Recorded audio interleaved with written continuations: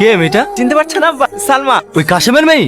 হ্যাঁ আঙ্কেল। তোমার সাহস কি করে হয় এ বাড়িতে পা রাখা? তুমি এসব কি বলছো আব্বা? তুই চুপ কর। তোকে নিয়ে 10 বছর আমি ট্রান্সফার হয়ে কলকাতায় ছিলাম, আর কদিন আসতে না আসতে তোর মাথা আবার খেয়ে ফেলেছি। আর কত বছর বাকি? এই চোরের বংশকে আমি একদম সহ্য করতে পারি না। ওর আব্বা যদি কোনো অন্যায় করে থাকে তাহলে এর কি দোষ? একদম এর ব্যাপারে সাফাই গাইতে আসবি। এই এলাকায় হাজারো মেয়ে আছে, তুই বড় লোক যাকে পছন্দ করবি তার সঙ্গে তোর বিয়ে দে। চোরের মেয়েকে আমি বাড়ির বউ হিসাবে মেনে নেবো না। ভালো করে বুঝে দাও তোমার ছেলেকে, তুই তোর নিজের পছন্দ বিয়ে করিস। এই বাড়িতে হয় তুই থাক হয়তো তুমি তো ভীতুকে আপনি বলতে পারলেন আমি আমাকে বিয়ে করব। আজ পর্যন্ত আমি আব্বার মুখের উপর কোনোদিন কথা বলি।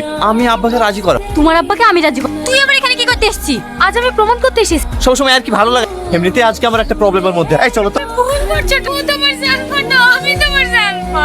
কি ব্যাপার তুমি এখানে কেন এসেছো? আপনাকে আমার একটা কথা বলার আছে। আমি কোনো চোরের মেয়ের সাথে কথা বলতে চাই। আঙ্কেল আমি চোরের মেয়ে নয়, আমার আসল পরিচয় দেওয়ার জন্য আপনার কাছে এসেছি।